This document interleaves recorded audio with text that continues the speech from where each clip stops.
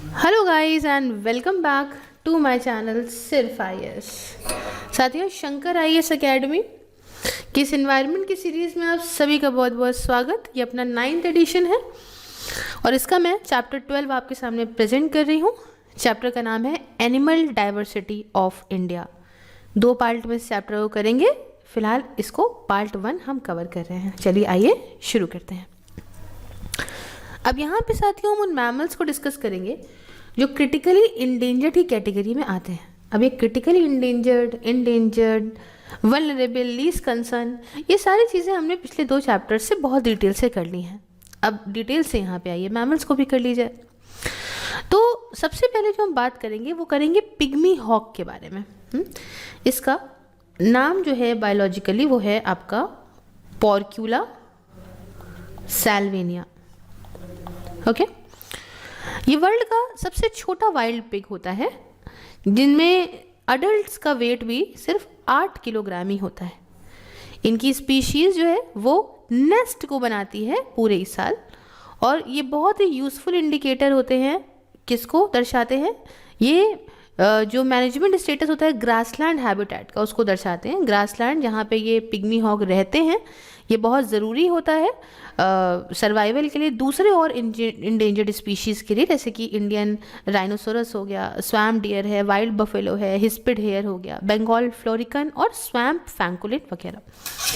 अच्छा, 1996 की बात है साथियों, जब कैप्टिव ब्रीडिंग प्रोग्राम स्पीशीज़ का चलाया गया था आसाम के अंदर उस वक्त, एंड कुछ हॉग्स को रीइंट्रोड्यूस किया गया था सुनाई रुपाई एरिया में 2009 में।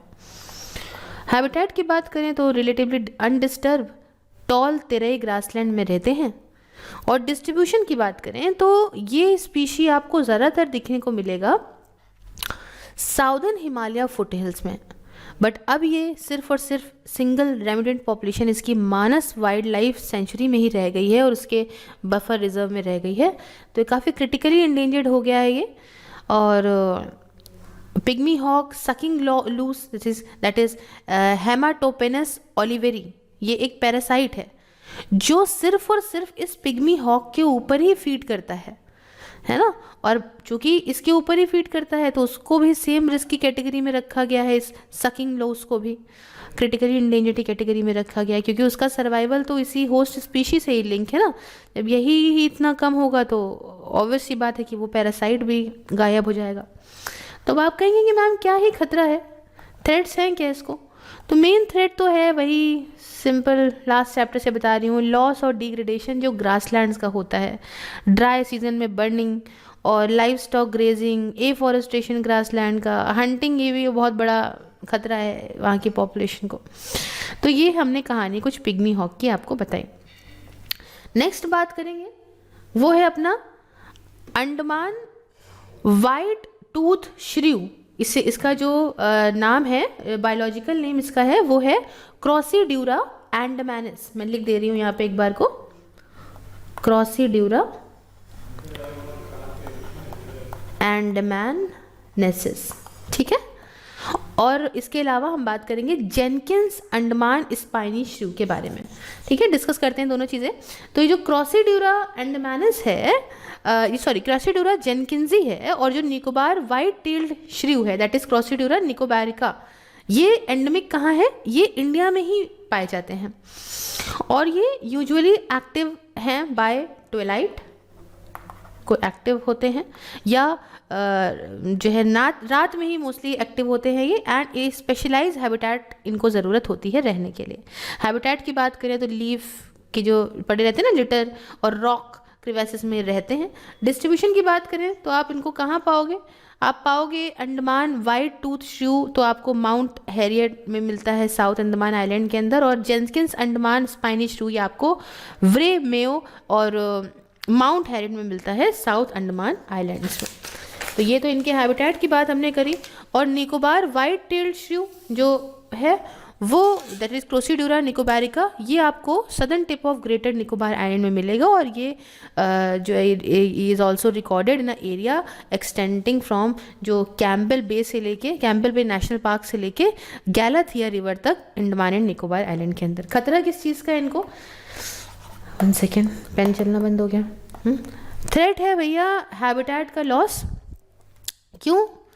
इस वजह से क्योंकि भाई सेलेक्टिव लॉजिंग, नेचुरल डिज़ास्टर जैसे कि सुनामी वगैरह, ड्रास्टिक वेदर चेंजेस, तो ये सब वजह है। नेक्स्ट बात करते हैं। नेक्स्ट है कौंदाना रैट। अब कौंदाना रैट क्या होता है भैया? देखिए, इसका जो बायोलॉजिकल नेम है वो है आपका मिलार दिया कौंदाना।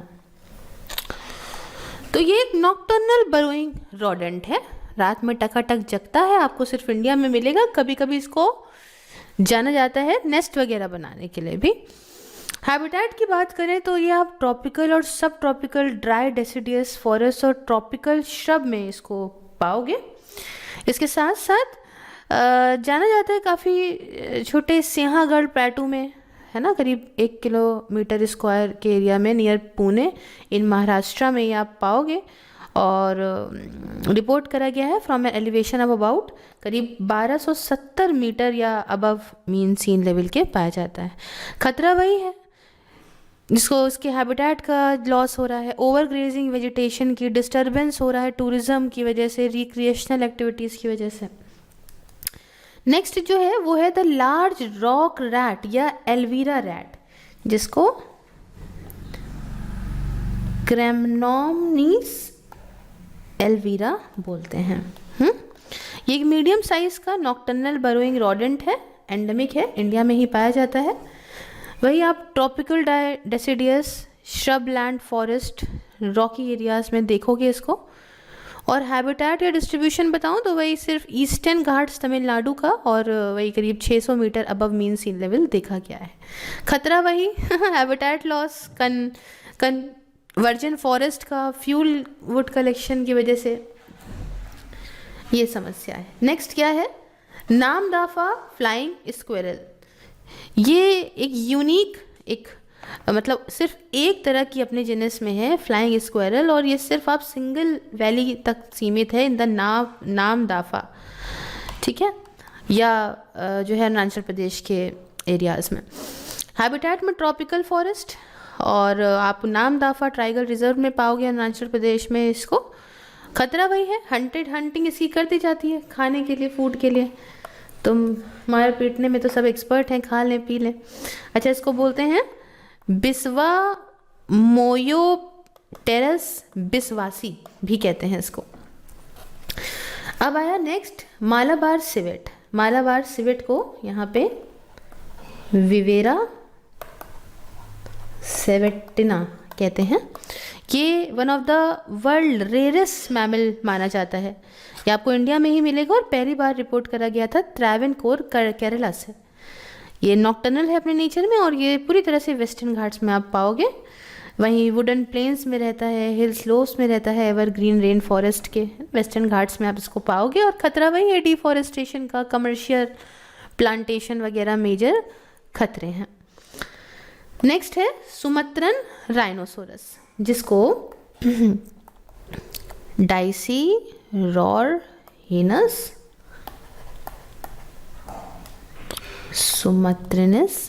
सुमत्रिसिस भी कहते हैं, सुमत्रेंसिस भी कहते हैं। ये छोटा सा बहुत इंडेंजर्ड है पांचों राइनोसोरस की स्पीशी में, और अब तो रीजनली एक्सटेंट हो गया है हमारे देश भारत से। हालांकि एक बार ये फुट हिल्स ऑफ हिमालयाज और नॉर्थ ईस्ट इंडिया के अंदर दिखा था। और जावन राइनोसोरस, जो राइनोसोरस सॉन्डेकस है, ये भी माना जाता है कि इंडिया से एक्सटेंट हो गया है। सिर्फ छोटे ही से नंबर ऑफ सर्वाइव करते हैं आज के टाइम पे ये जावा और वियतनाम के अंदर। अच्छा, बहुत सारे ना बॉक्सेस मिलते जा रहे हैं डू यू नो वाले, तो मैं आखिरी में सारे डू यू नो वाले बॉक्सेस आपको समझा दूंगी। इंटरेस्टिंग कहानी लगती है, मुझे मज़ा आता है। फिलहाल इस टॉपिक का लास्ट वाला देख लें, जो कि है कश्मीर स्टैग या हैंगुल इसको कहते हैं। और जो है इसका जो नेम है वो है सर्वस एलाफस हैंगुलू, ठीक है, GLU। तो ये एक सब स्पीशीज़ है रेड डियर का, जो कि इंडिया से नेटिव है। हैबिटेट डिस्ट्रीब्यूशन की बात करें तो डेंस रिवराइन फॉरेस्ट में, हाई वैलीज़ में, माउंटेन्स में, कश्मीर वैली की और नॉर्दर्न चंबा हिमाचल प्रदेश में रहता है। स्टेट एनिमल है ये जम्मू एंड कश्मीर का, और खतरा इसको वही इसका हैबिटेट का डिस्ट्रक्शन, ओवर ग्रेजिंग जो डोमेस्टिक लाइफ स्टॉक और पोचिंग की वजह से होती है। तो ये हमने कुछ मैमल्स जो क्रिटिकली इंडेंजर्ड थे उनके बारे में आपको बताया। अब हम मरीन मैमल्स को पढ़ेंगे, लेकिन उसके पहले मैंने कहा ना बहुत सारे इंटरेस्टिंग से बॉक्स हैं, मुझे बड़ा मज़ा आता है आपके साथ शेयर करने में, तो यहाँ लिखे भी हैं तो क्यों ना करें। तो डू यू नो में पहला है कि पेंगुइन जो है ना वो फ्रेश वाटर के पास नहीं रहते। इनके अंदर एक ऐसी ग्लैंड होती है कि ये जो है ईजिली सॉल्ट वाटर जो है पी सकते हैं अपनी बॉडीज से, और सॉल्ट निकाल भी देते हैं वाटर से, है ना, ये जो पीते हैं। अच्छा, दूसरा कि India is endowed with vast island और मरीन जो हमारे पास बायो रिसोर्सेज हैं। थर्ड लार्जेस्ट प्रोड्यूसर फिश के हैं वर्ल्ड में, सेकंड लार्जेस्ट जो है वो इनलैंड फिश के हैं। तो ये सब तारीफ़ें हैं।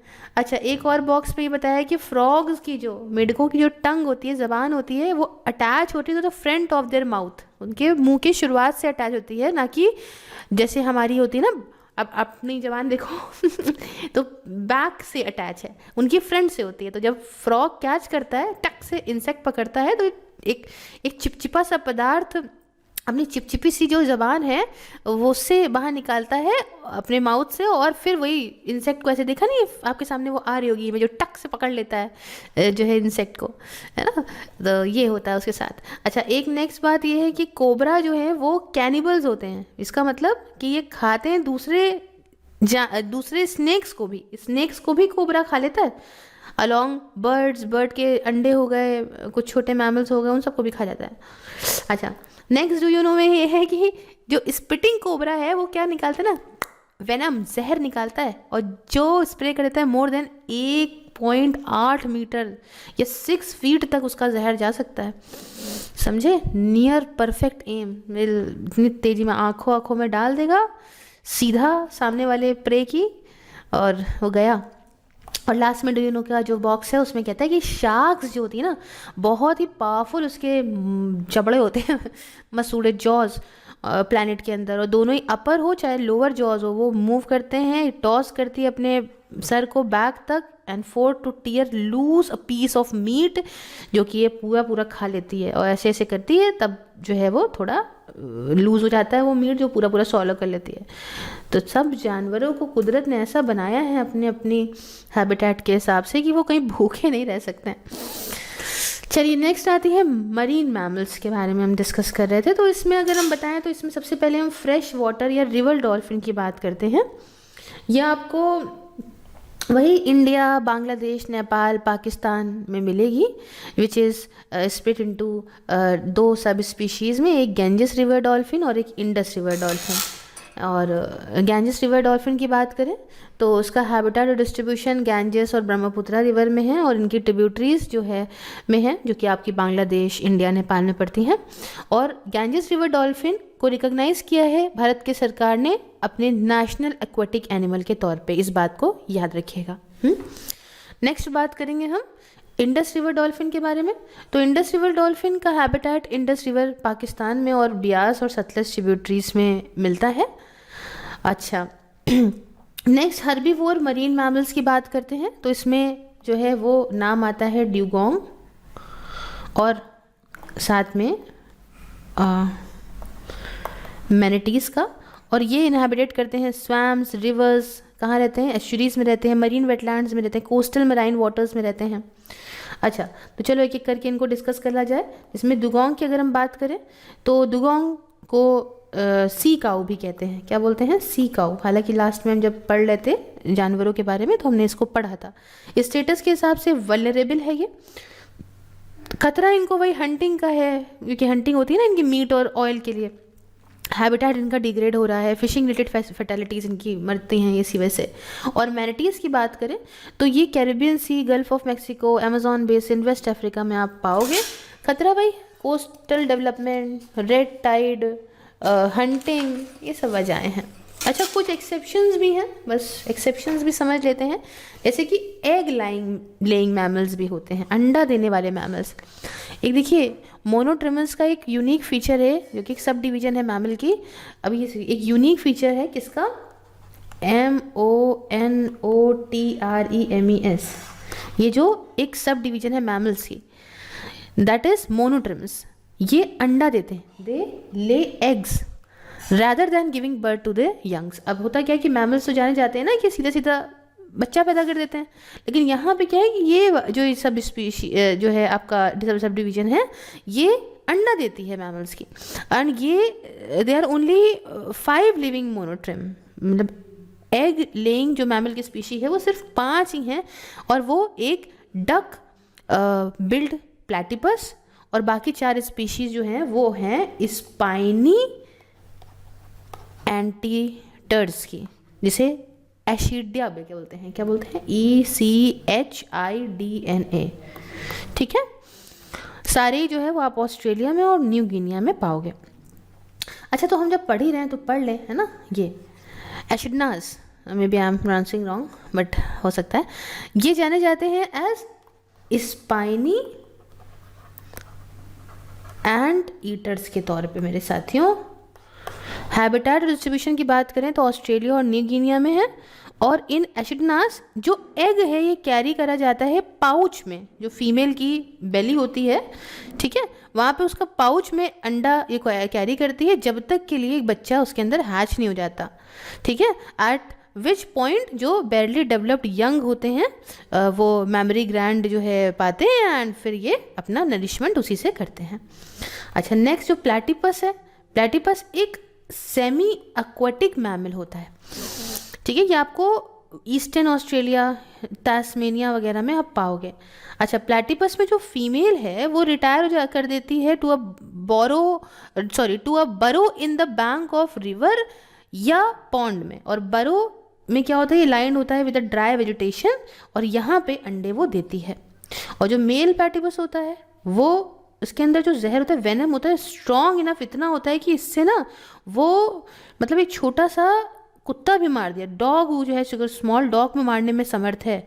ठीक है ना, और मतलब समझ लो अगर किसी इंसान को हो गया तो बहुत तगड़ा सा उसको दर्द देता है ये। तो ये इसकी कहानी हो गई। अच्छा, फिर आई बात मार्शोपियल्स की। देखिए, मार्शोपियल्स एक ग्रुप ऑफ मैमल्स हैं, कॉमनली ये throughout offer as pouched mammals. जैसे अब कैसे बता दें, अभी जैसे दिमाग में आ जाएगा आपके जब हम कैंगरू की बात करते हैं ना, तो ये हो गया मार्शोपियल्स, है ना। और ये तो वॉलबे। तो मार्शोपियल्स एनिमल्स जो है इनमें प्लासेंटा होता है, बट ये बहुत ही शॉर्ट लिव्ड होता है, एंड इसमें does not make as much of contribution to a foetal nourishment. इतना प्लासेंटा नहीं होता कि जो बच्चा है उसको नरिशमेंट पूरा मिल पाए। तो ये जो है बच्चा बहुत ही अर्ली टाइम पे ही बर्थ दे देते हैं, और जो यंग एनिमल है एसेंशियली एक हेल्पलेस एम्ब्रियो होता है, क्लाइंब करता है from the mother's birth canal to the nipples, ऐसे कुछ बेचारे को कूदना पड़ता है ऐसे ऐसे, है ना। तो यहाँ पे फिर वो क्या करता है, अपनी मदर की निपल्स तक किसी तरह से कूद काद के जाता है, ग्रैब करता है अपने माउथ में, और फिर डेवलप होता रहता है इस तरीके से, है ना। बहुत ही हफ्तों महीनों में डिपेंड करता है स्पीशी पे। अच्छा, इनमें इनका कोई लॉन्ग जेस्टेशन पीरियड जो नहीं होता, they do not have long gestation time जैसे कि प्लासेंटल मैमल्स का होता है। अब हम लोग हैं आराम से धीमे धीमे जो है बड़े होते हैं, प्लासेंटा से हम लोग को सब मिलता रहता है माँ के पेट के अंदर ही। इसमें नहीं होता, इसमें शॉर्ट जेस्टेशन पीरियड होता है, और क्योंकि इनका यॉर्क टाइप प्लासेंटा होता है मदर के, इन द मदर मार्शुपियल। जो एक्सटिंक्ट हो गए हैं उनमें जानवरों में नाम आता है मार्सुपियल के अंदर आपका क्वागा, मार्शुपियल वोल्फ। और प्लासेंटल मैमल्स जो हैं वो सारे बियर करते हैं लाइव यंग को, जो कि नरिश्ड होते हैं before the birth in the mother के यूट्रस में, जैसे अब हम लोग भी हैं देखो ना। और स्पेशलाइज एम्ब्रियोनिक ऑर्गन्स के माध्यम से, जो कि अटैच होती है यूट्रस की वॉल से, जो कि अपना कहलाती है प्लासेंटा। तो प्लासेंटल मैमल नरिश करते हैं डेवलपिंग एम्ब्रियो को यूज़ करके मदर के ब्लड सप्लाई को, और जिससे क्या होता है कि उनका जेस्टेशन पीरियड लंबा होता है, प्रॉपर वो डेवलप कर जाते हैं। तो कुछ यहाँ पे मार्शुपियल्स की अगर हम बात करें तो मैं प्लासेंटा के लिए अब हम लोगों की जो है वो एग्जाम्पल दे रही थी। यहाँ हम बात मार्सुपियल्स का ही कर रहे हैं, तो कंफ्यूज मत हो जाइएगा, बच्चे जल्दी समझ जाते हैं ना प्लासेंटा जब हम खुद से रिलेट करते हैं। तो phalangers, opossum, koala, Tasmanian devils, kangaroo, marsupial mole 4 foot का, wallaby, bandicoot, wombats, Tasmanian wolf tiger, तो ऐसा। तो ये पूरी कहानी है जो हमने अभी तक डिस्कस करी है आपके सामने। अब हम नेक्स्ट जो करेंगे उसमें हम बर्ड्स जो क्रिटिकली इंडेंजर्ड है उनको समझेंगे। फिलहाल कैसा लगा आपको लेक्चर, प्लीज़ मुझे लाइक शेयर सब्सक्राइब करके बताइएगा। ज्वाइन बटन को प्रेस करके आप मेरी मेंबरशिप को ज्वाइन करके मुझे मेरे काम में सपोर्ट कर सकते हैं। बाकी व्हाट्सएप से लेकर सारे सोशल मीडिया के लिंक डिस्क्रिप्शन बॉक्स में, आप मुझे हर जगह फॉलो करिए, आपको हर जगह बहुत इंपॉर्टेंट चीज़ें मिलती रहेंगी। थैंक यू सो मच, मिलते हैं नेक्स्ट वीडियो में। जय हिंद, जय भारत।